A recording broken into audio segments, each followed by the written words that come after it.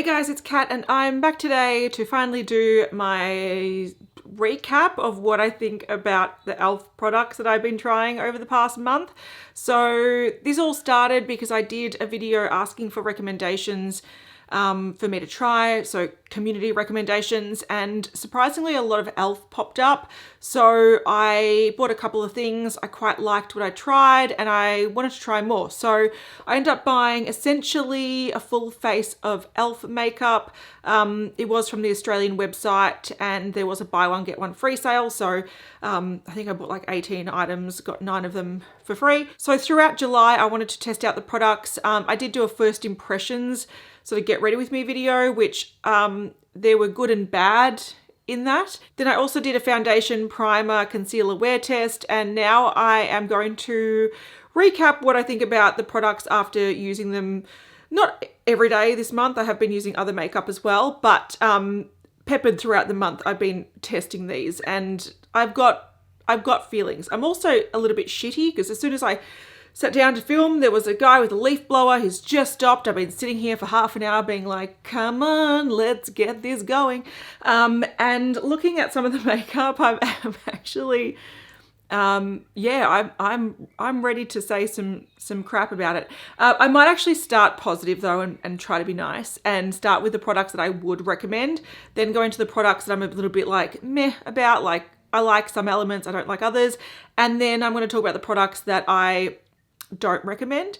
Yeah, let's do it that way. Let's try to be a little bit more positive. Before I do talk about the products, I have had a few people mention in past videos this month that they don't know where to buy e.l.f. in Australia. Like you can get it in stores like Target, Kmart, Big W. The stands are picked pretty bare. They don't really have a good stock level and they don't have like all the products. And in Australia, we don't have all the products anyway, but most of the products we do have. I would recommend checking out the e.l.f. website because they do often have sales. Like I think they've just finished another buy one, get one free. So literally a month apart, they've had that sale twice.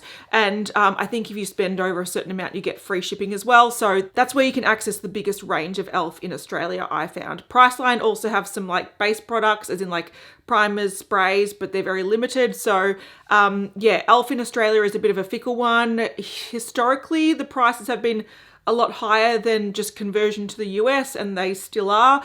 But if there's something you really want and can't find in store, likely you can find it online. All right, I'm going to talk about the products that I likely will repurchase. The first one that comes to mind, and I did mention this in my recent favorites video, it is the Halo Glow Setting Powder. Now, this is $20 in Australia.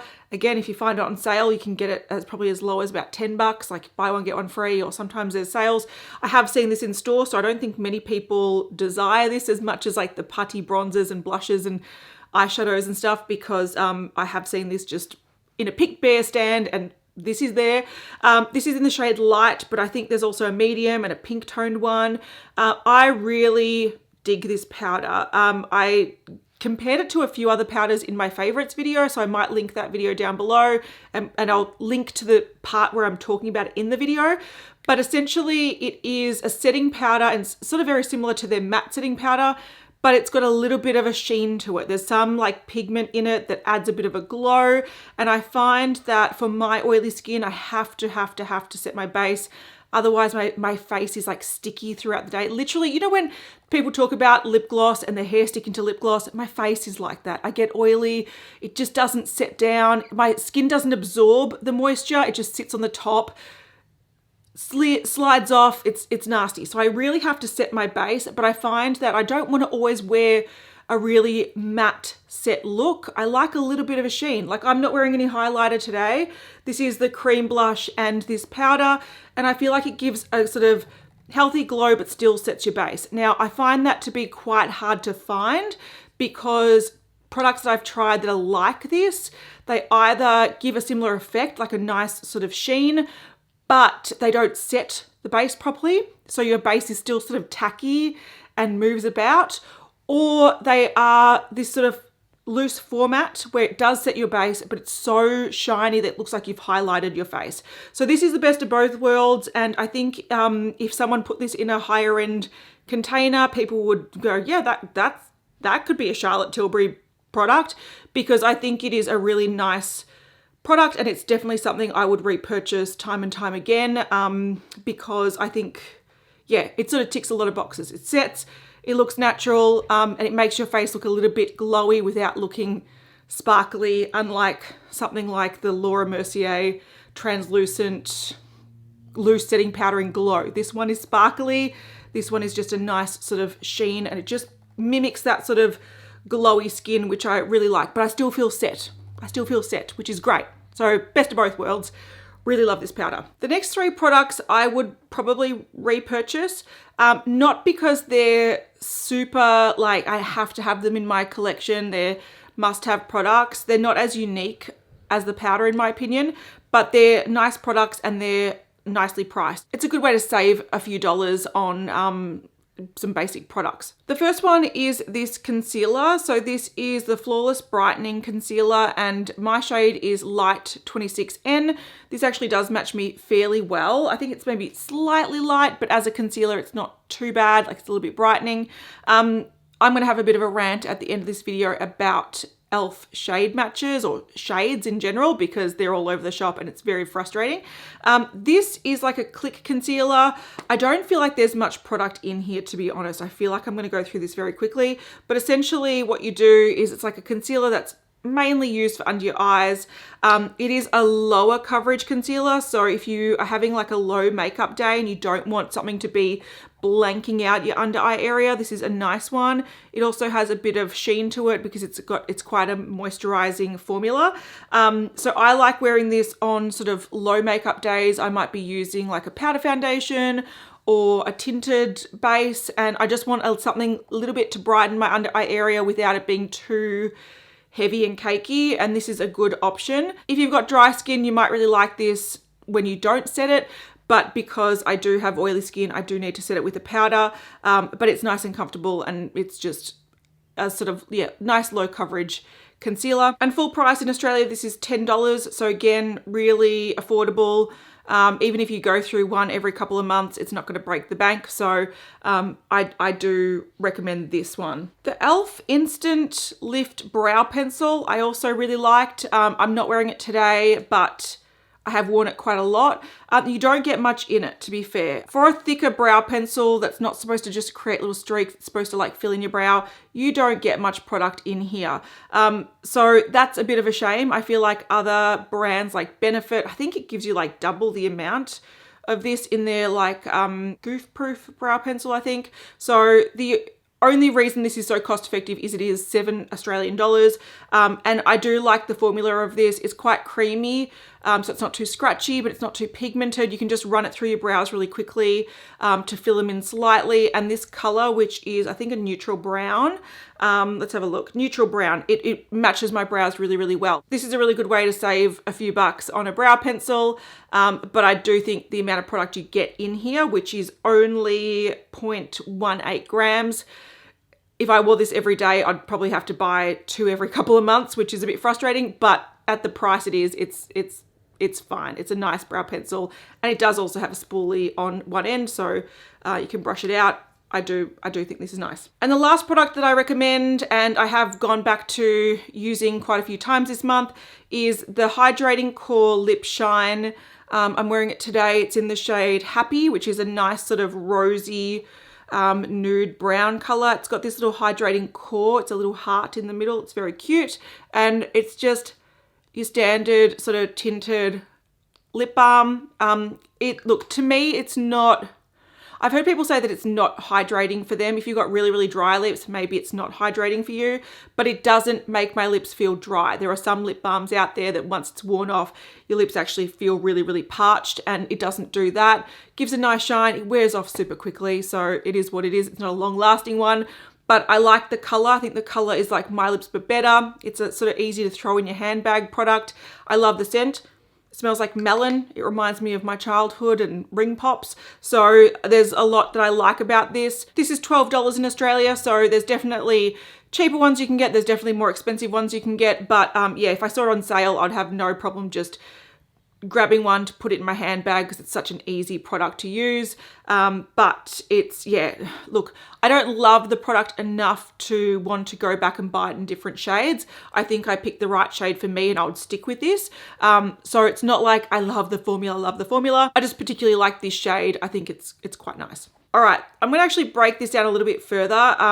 The next category is gonna be products that I quite like and I'm happy to use, but again, I'm not rushing out to repurchase. And then the next category is going to be products that I will use up, but I don't really like and don't recommend. And then products that I'm literally probably going to throw out because they're so crap. Anyway, to start off, the products that I do quite like, but I wouldn't rush out and buy again.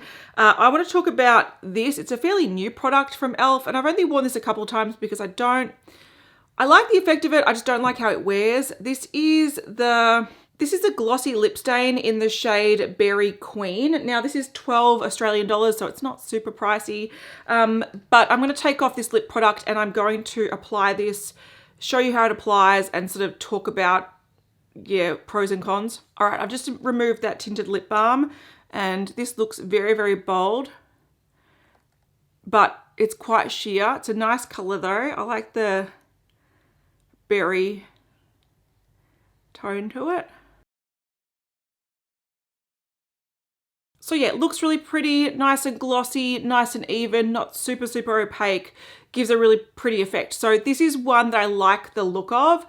The downside is that it fades down really quickly and it wears off patchy. I find on the inner rim, it sort of builds up in like the drier areas of my lips, which I don't have dry lips, so it's just normal sort of shedding skin.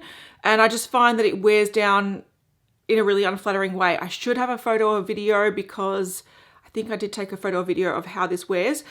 So for me, look, is it nice? Yes, I'll continue to use it. In Australia, we have limited shades of these. I think there are some nude shades that would be a nice alternative to a sort of tinted lip gloss. Maybe it just adds a little bit more color. But my sort of problem with this for the price point, I think I got my Tony Moly lip stains for a similar price. They were on sale. I think they're usually around 20 bucks. I think I got them for about 14. And these just shit all over this. Like I would never reach for this over something like this. And I'm just gonna take this off and put this on. These last all day and the pigment is crazy. This one gives you a bit of a stain, like a bit of a berry stain, but the Tony Moly ones give you the longevity. I didn't pick a good color match. This is just a dark red. Not the best color dupe. This is a lot like more red, so it's more of a dark red. That's more of a berry. This is the Shocking Lip in Rose Shocking.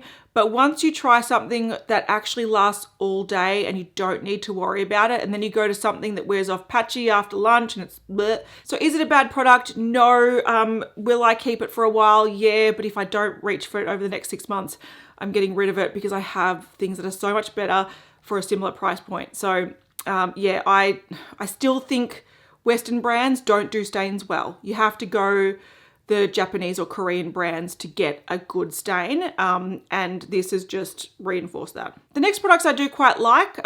One I like a lot more than the other, but these are very, very hyped up products. I've got the Putty bronzer here in the shade Tan Lines, and I have the Putty blush in the shade Bali. Now I am wearing both of these today, and I think I like the blush a lot more than I like the bronzer. I've heard way too much hype about these. I thought these were going to be like the next coming of Jesus. They're not. These are, I think, $14 in Australia, and they're tiny, tiny, tiny little tubs. The blush, I thought this was going to be too dark for me. I wanted a lighter shade, but they weren't in stock, so I went for the tone that I like the most out of the darkest shades, and I love orangey tone blushes, and this is like a terracotta blush. I love the shade of this. Again, I'm wearing it today. It sort of can give you, like, if you want that sort of sunburnt look, if you want to look like you've been, like you're tan, you got a bit of redness in your cheeks, this is probably that perfect tone. I really love this.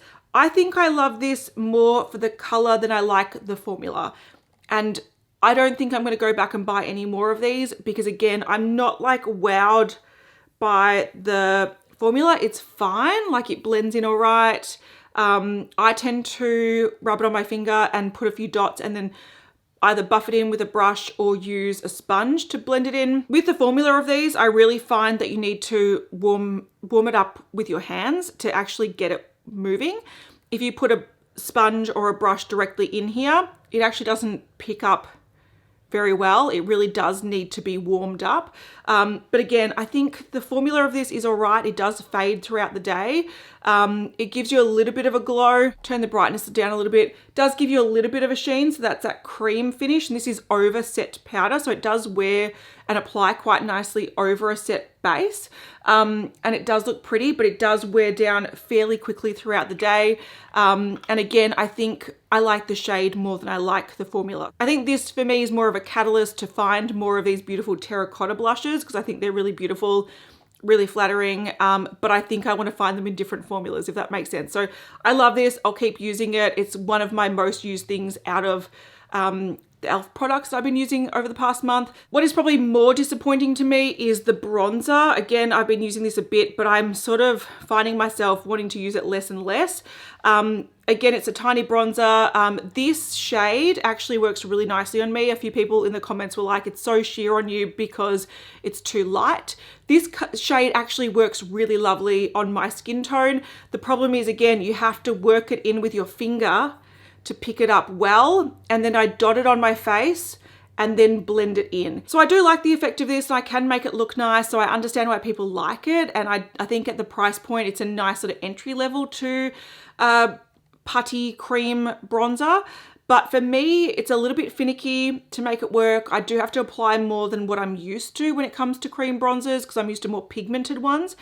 And even though it's only $14 in Australia, I actually think, thinking it through, buying one from NARS, which mind you in Australia this is $57, I actually think long term I would get better value out of this one. So if I swatch it, and I did swatch this in my first impression, so I've got to really warm it up to pick up product, and you've got to pick up quite a lot of it. That's the bronzer there, so it is quite sheer. The color's quite nice. NARS, this is the Sunkissed Bronzing Cream in Laguna.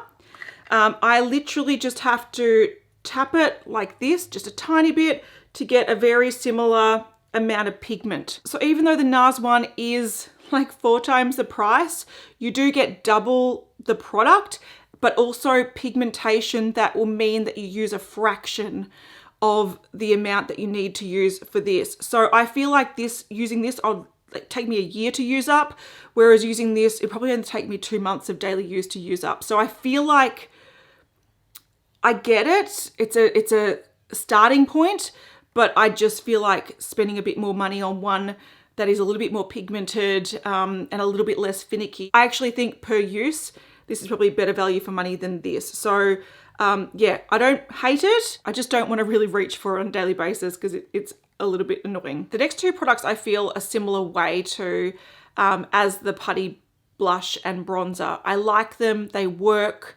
but am I so wowed that I'm going to go back and buy more shades? The answer is probs not. And that is the Camo range. I've got the 16-hour Camo Concealer Matte Finish.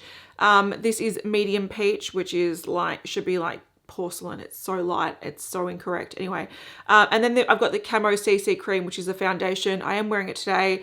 This is light 210N, which is supposed to be neutral. It is quite orange toned on me. And I do struggle on a daily basis to get it to sort of match my neck. I end up bringing it down, but then I'm like, behind my ear looks pink. And I don't think it's neutral. I think the shade is incorrect, but again, I'll rant about this at the end. These aren't bad products. I am wearing them both today, and I think some days they look really good and other days I don't love them. If the shade match of the foundation was perfect, I would definitely sing its praises a lot more.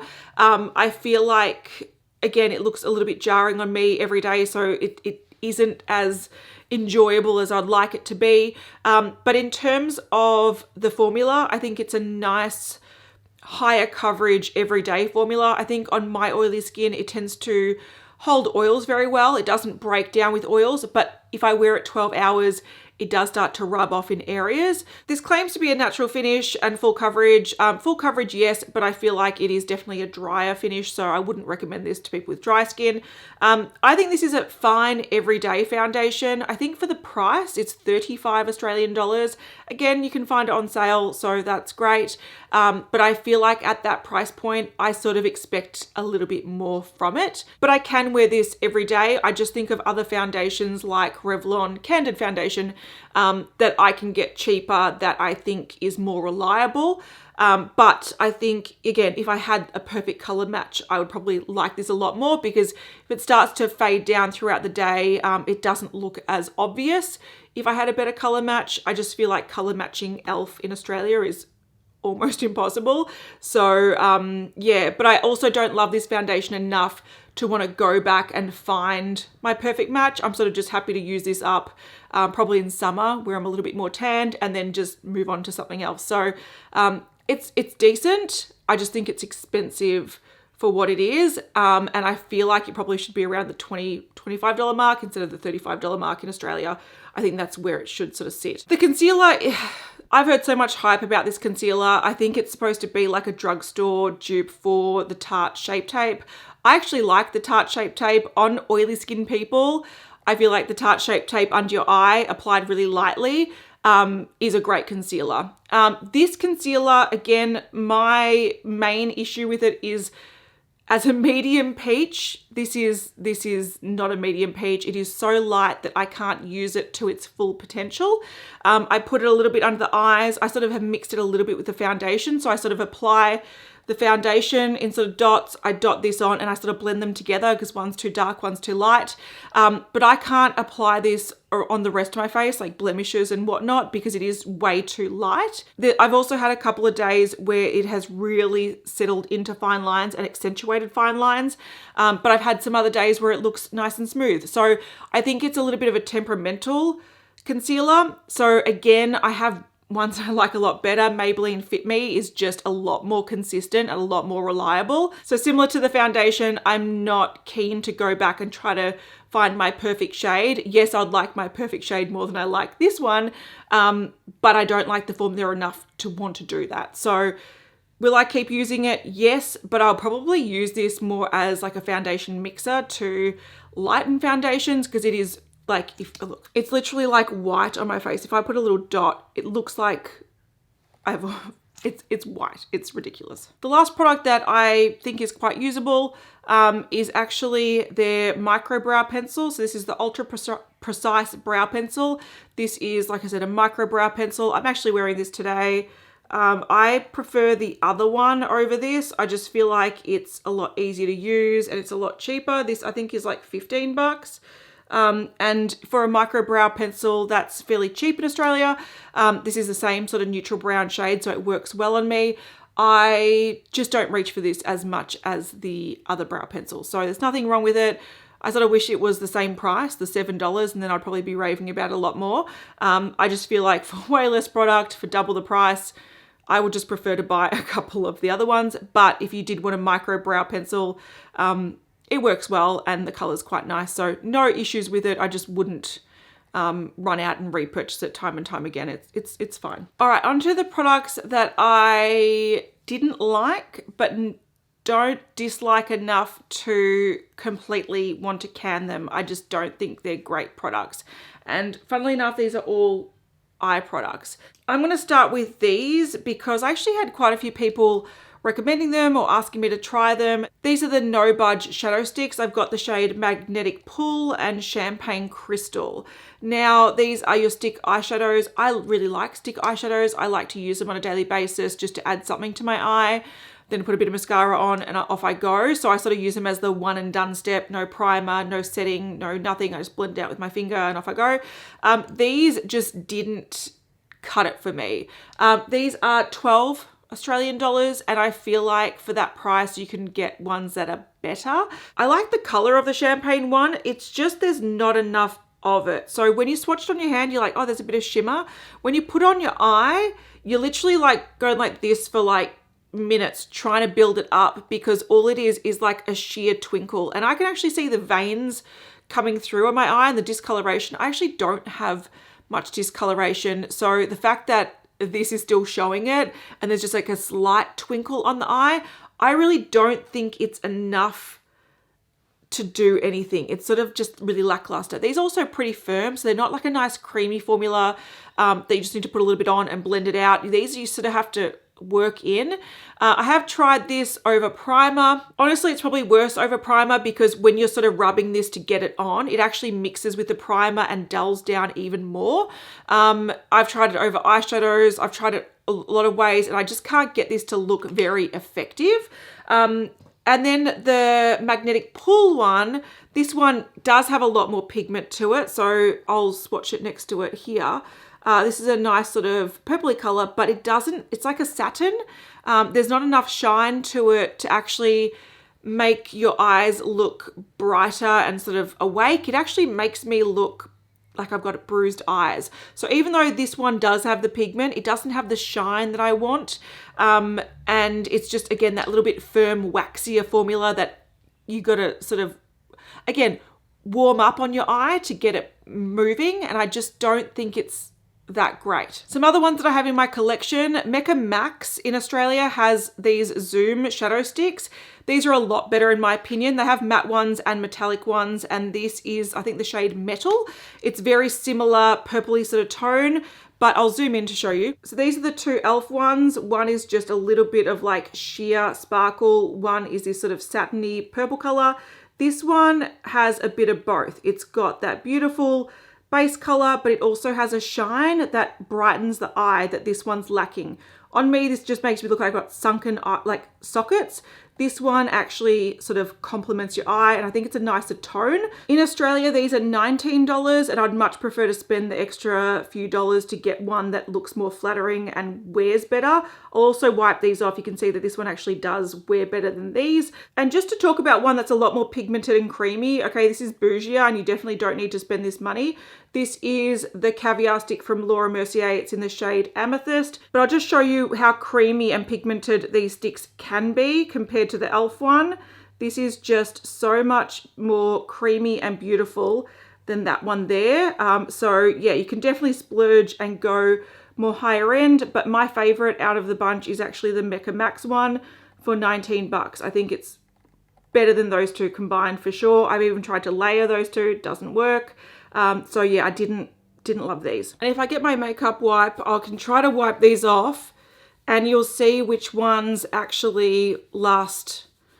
And it is not the e.l.f. ones, it's actually the Mecca Max one. So totally worth the extra $7. This lasts a lot better and just looks a lot better. So I think just compared to things I have or that I've tried, those are just really, really below average. Speaking of below average, I've got the e.l.f. This is the liquid metal eyeshadow in the shade Comet. I'm actually wearing this applied on top of that champagne shade because I wanted to wear e.l.f. today, but it's not even that effective. This takes a few coats to actually build up. It's actually not that metallic. It looks good when you swatch it, but when you do blend it in, it sort of disappears to almost nothing. So you're there having to like layer it. And then it does actually crease and wear off very quickly. So on me, when I wear this just by itself, give it a couple of hours and it's almost entirely off my lid. Again, I hope I've got a photo or video because I do remember taking one. So if I can find it. These are just average in my opinion. They don't wear very well. They don't build up very well. They look patchy on the eye. They crease for $10. I still don't think this is worth the hassle. Some comparisons that I have, these are both, I think, Korean ones. This one, which I think is RiRe, it's R-I-R-E. This is in the shade Honey Ginger. I got this from YesStyle. They're currently on sale for like $7. So these are cheaper than the e.l.f. ones. This actually wears a lot nicer. It's just smoother to apply. You don't need to build it up as much. It's just a nicer product. And again, it's cheaper. It's better. It's cheaper. Why would I reach for the e.l.f. one when this one does last a lot longer and looks a lot shinier and just gives a nicer effect. I think this is a Tsuvimi High Shine eyeshadow. This is in the shade A33. This brand has like heaps of them. Again, it's just a lot more metallic. It's a lot more better at sort of wearing without creasing. So this is the e.l.f. one. You can see it actually sits quite sheer and patchy. This is that RiRe one. This is that Tsuvimi one, and these are just so much better than this and similar priced. I wipe these off and see which ones are longer lasting. The e.l.f. one is completely gone, and that RiRe one is the one that's lasting, and it's currently on, I think it's on sale for like $7.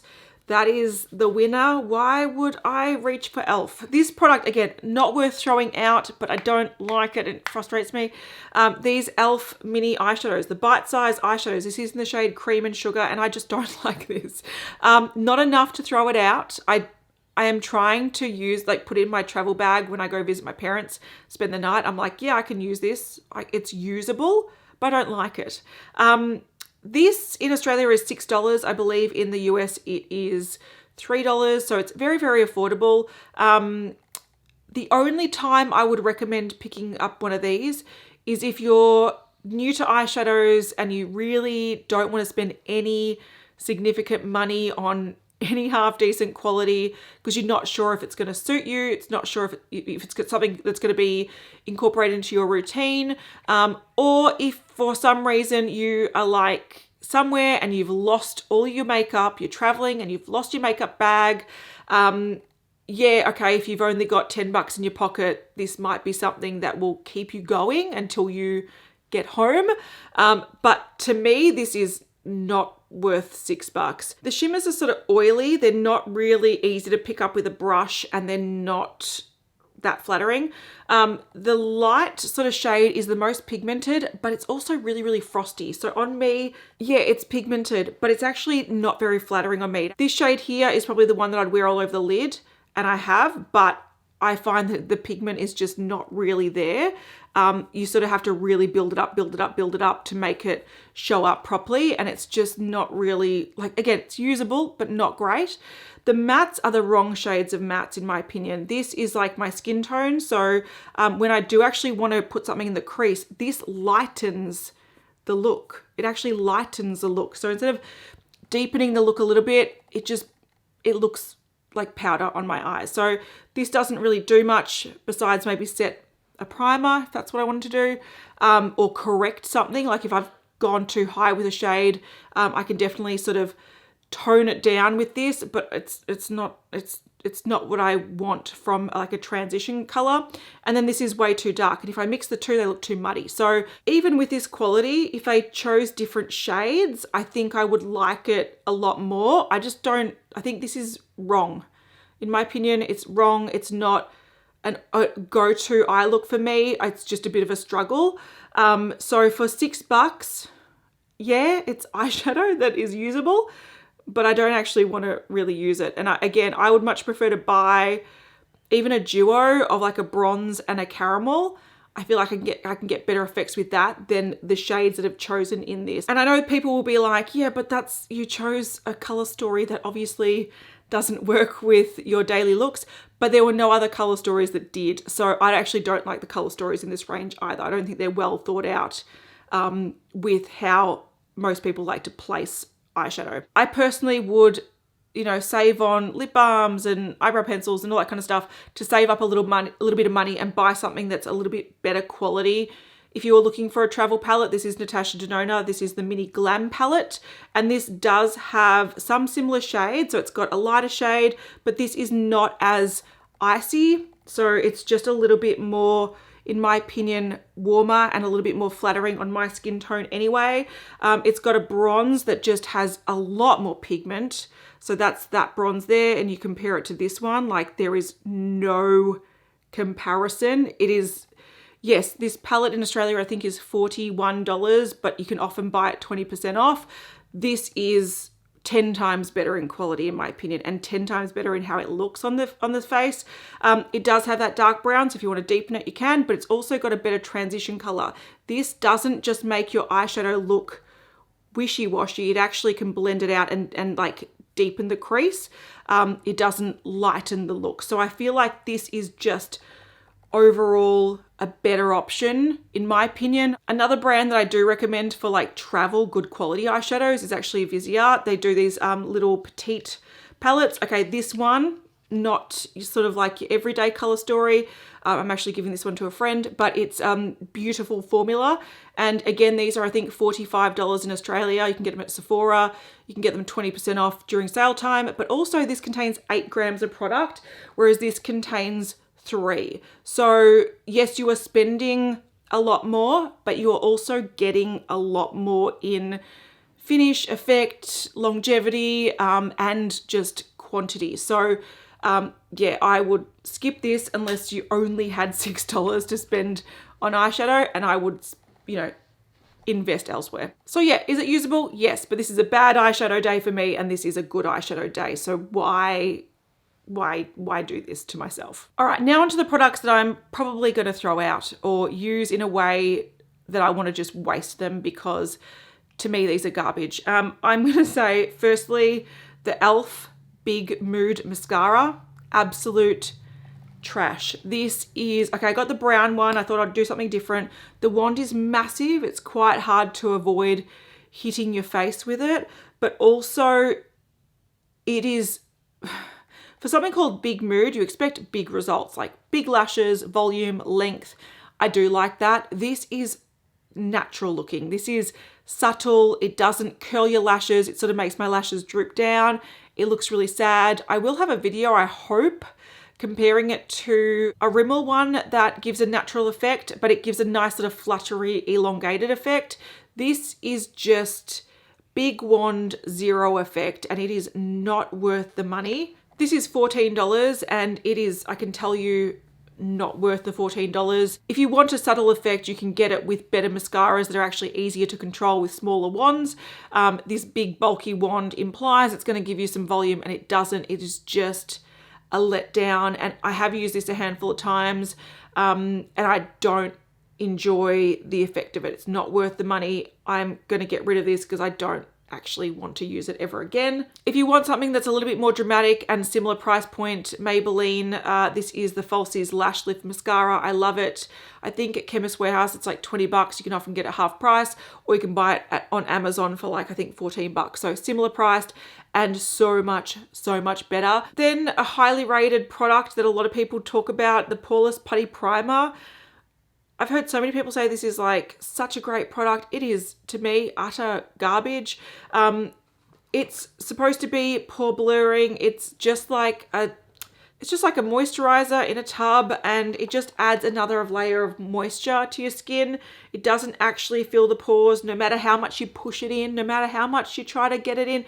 It just doesn't do anything to the pores except for making you look a little bit more hydrated, because again, it's another layer of moisturizer, and it does break down my foundation a lot quicker, and it makes my concealer a lot creasier. So for me, this product is just a glorified hand cream, and that's how I'm going to use it, because I'm never putting this on my face again. It actually ruins the look and longevity of my base, and I don't see the point of taking that step. It's garbage in my opinion. And I did do a wear test where I put this on one side of my face and not the other, and I'll link that in the description box.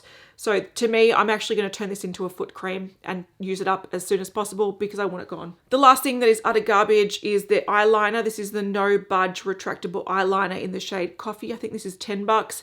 Not worth it. It is scratchy. It is not comfortable. It doesn't go on the waterline because it is too hard and too firm.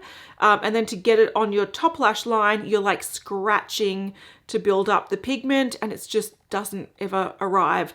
I've got the moisturizer on the back of my hand so it won't grip, but you can see that it's not very pigmented for an eyeliner. It is quite subtle. It's not creamy. It's skipping on the skin. It's quite scratchy, and to me this would have been better as an eyebrow pencil because it's that sort of firm formula. Now I have used this only once or twice as an eyeliner, didn't like it, and since then I have actually used it to darken my brows a little bit, so you can see it actually does work as a brow pencil formula, which is very, very different to what you want from an eyeliner. So the eyeliner, you want something a little bit more creamy, something that sets, something that's easy to put on without scratching your delicate eye area, and this is not it. This again is garbage. I might pan this as a brow product, or I might just throw it out because I think it's absolute waste of money. Now, the last thing that I want to talk about, this is not garbage. I think this is actually probably not a bad product. It's just that the shade I could not test properly. This is the e.l.f. Camo Powder Foundation in Light 280N. Now, I picked 280N because I thought the undertone online in the photos looked like it'd suit my skin tone a bit better than the lighter shades. This is way too dark for me, and it's borderline offensive when I wear it. It looks really bad. So this actually seems like it's got nice coverage. It seems like it's a nice powder foundation. It's just one that I can't wear comfortably. Maybe in summer, if I mix it with another like lighter powder, I can maybe make it work, but I really couldn't accurately test this because if I did apply it, it had to be very, very, very lightly. And on days where I was wearing like a higher neck jumper, so you couldn't see how different it was from my neck. But it does demonstrate my frustration with picking shades of e.l.f. Now, I want to mention that in Australia, if you buy e.l.f. in store, there's no testers. It's all wrapped up in like security tape and da-da-da-da. Like you can't have a look at the product. You can't swatch it to find your color match. So you're either relying on looking at packaging that looks like this, go, oh, I hope that color matches me, or looking at swatches online and ordering online. And e.l.f. products are so inconsistent across the ranges. When it comes to base products, I'm just going to say like medium peach is super, super light. That's medium peach somehow. Light 210N, which is supposed to be neutral, is actually fairly dark and fairly warm toned. Light 26N is actually lighter than light 210N.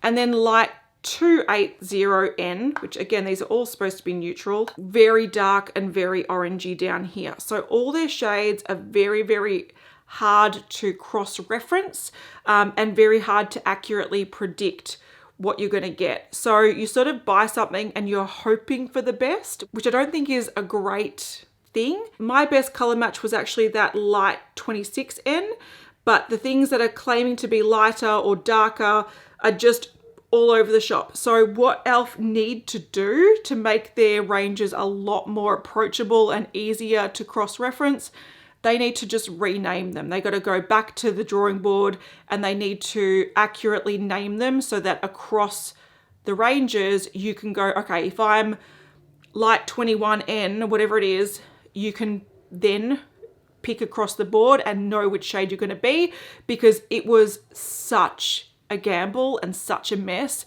that I actually wouldn't recommend buying e.l.f. based products because you're probably going to get the wrong color and it's going to make the experience quite annoying and also be a waste of money. So for me, some of their base products I thought were some of the better products in the range. I think the worst products in the range were the eye products. The base products were probably the best, but unless you're choosing something that doesn't have much pigment to it, so like the Halo setting powder, which is almost translucent, I just don't think it's worth the gamble.